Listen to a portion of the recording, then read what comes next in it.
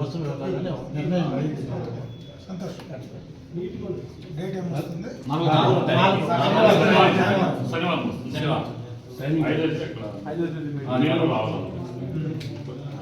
విజయవాడ కూడా సాయంత్రం 4 దాకానే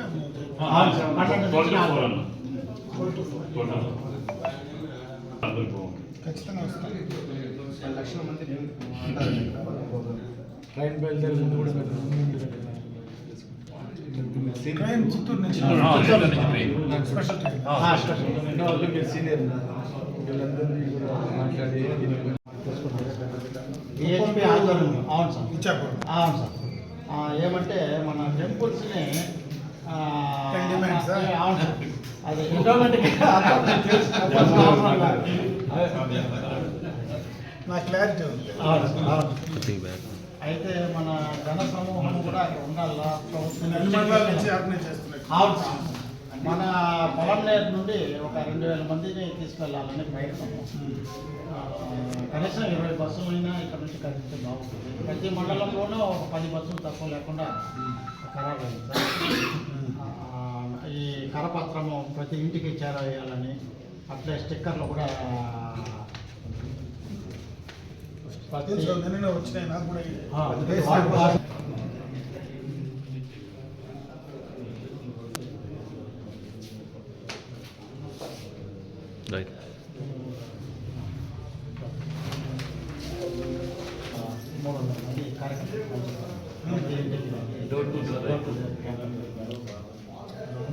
బాగా చేస్తారు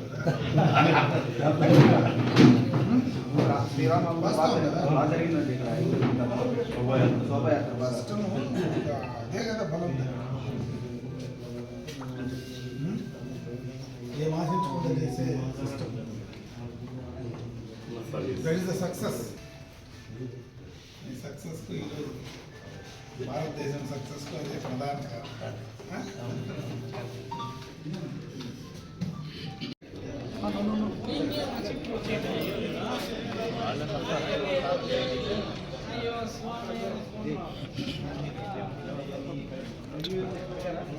విశ్వ హిందూ పరిషత్ ఆంధ్రప్రదేశ్ ఆధ్వర్యంలో హైందవ శంఖారావం అనే కార్యక్రమాన్ని ప్రతి గ్రామంలోనూ ప్రతి ఇంటికి ఈ సమాచారాన్ని తీసుకువెళ్ళాలనే ఒక ఉద్యమాన్ని మా భుజాలపైన పెట్టడంతో విశ్వ హిందూ పరిషత్, రాష్ట్రీయ స్వయం సేవక్ సంఘ్, బజరంగ్ దళ్, భాజపా అన్ని వర్గాలు ఈ హైందవ శంఖారావము జయప్రదం కావాలని ప్రతి ఇంటిని మేము కలుస్తున్నాము.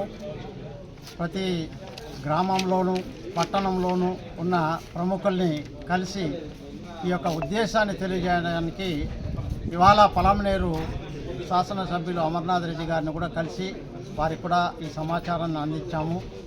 దేవాలయాలు ఎండోమెంట్ కింద నుంచి విముక్తి అయి ఎక్కడికక్కడ స్థానికంగా హిందువుల చేత నిర్వహణ చేసుకోవాలనే ఉద్దేశంతో వారికి అప్పజెప్పాలనే ఈ కార్యక్రమాన్ని తీసుకున్నాము. అదేవిధంగా 5వ తారీఖు రాష్ట్రం మొత్తం మీద అందరూ అక్కడ వెళ్ళి ఒక బహిరంగ సభ ద్వారా మా యొక్క ఈ విషయాన్ని ప్రభుత్వ దృష్టికి తీసుకువెళ్ళాలనే ప్రయత్నం జరుగుతూ ఉంది.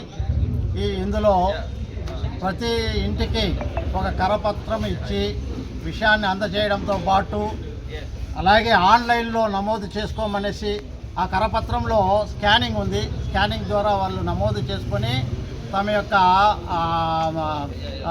అభిప్రాయాన్ని వారి యొక్క మద్దతుని తెలియజేయడానికి కోరుతున్నాము.